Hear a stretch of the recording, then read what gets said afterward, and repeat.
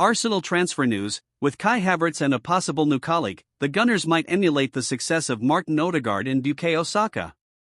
Kai Havertz, an attacker for Arsenal next season. Kai Havertz can find himself back in the middle if an Arsenal transfer is made.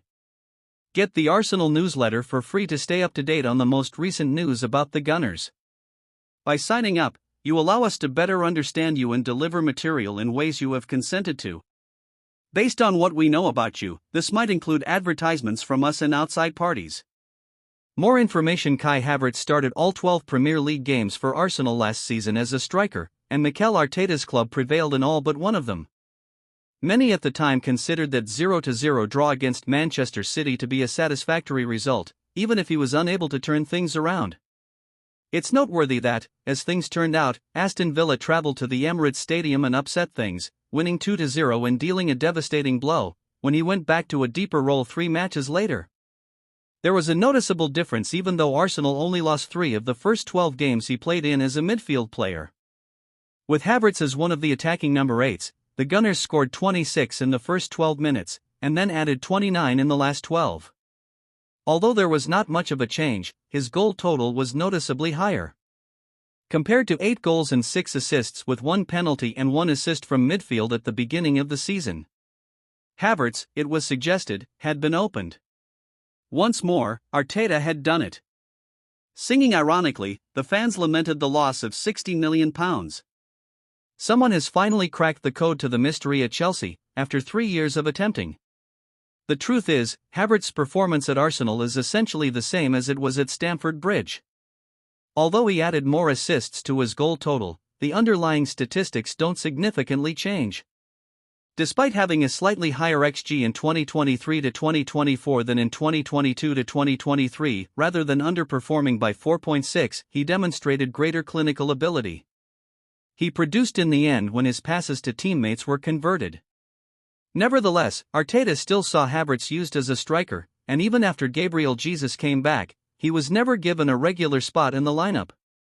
This is not the kind of work for which he was signed. Arsenal wanted the German to be a ghostly, box-crashing midfielder who took advantage of his height to create space. Chelsea wanted to follow suit. Is Havertz playing for a better team or is he being freed here? Although he is producing more, the job that 3 Chelsea managers ultimately chose for him is not all that different from what he is being asked to accomplish. Kai, take the front in the line and lend a hand if you can. There seems to be one more stage left in the Havertz experiment, and it entails going backwards. It seems likely that a new striker will start if they do sign, especially considering the names and prices being floated. Havertz is anticipated to play a significant role as well, as he is one of Arsenal's success stories in 2024. Havertz will be moved because Arteta will not begin operations with 2 central alternatives like this. This makes sense. Though Havertz's difficulties in adjusting to the intensity and demands of being a productive number 8 create doubts about the team's alchemy, theoretically Arsenal might include another mainstream attacker in the lineup without jeopardizing their notable players.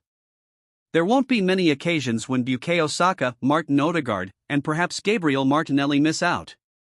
Therefore, Arteta's task with Havertz is to teach him to work from the bottom up, much like Odegaard does. The captain of Arsenal is a component of a lethal right-wing triangle that presents opposing teams with balance, inventiveness, and sheer danger. Saka, Ben White in his new role as a fullback, and the 3 of them control the action. Saka is typically doubled up, but that occasionally leaves space for Odegaard.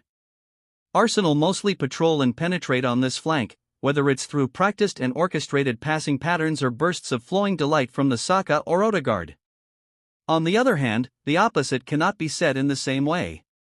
When Havertz was not in the middle of the field, it was either up to Declan Rice, should Jorginho have been chosen to provide extra cover, or Alexander Zinchenko, who found it difficult to fill the same role in 2022 to 2023. Zinchenko, or the assortment of players Arteta chose for that side, frequently lacked coherence and connection at left back. Takahiro Tomiyasu was good when healthy, but playing on the other flank from his natural position hindered the formation of attacks. Jakub Kiwior, who is a centre-back by trade, stepped in admirably. Martinelli too failed to find the same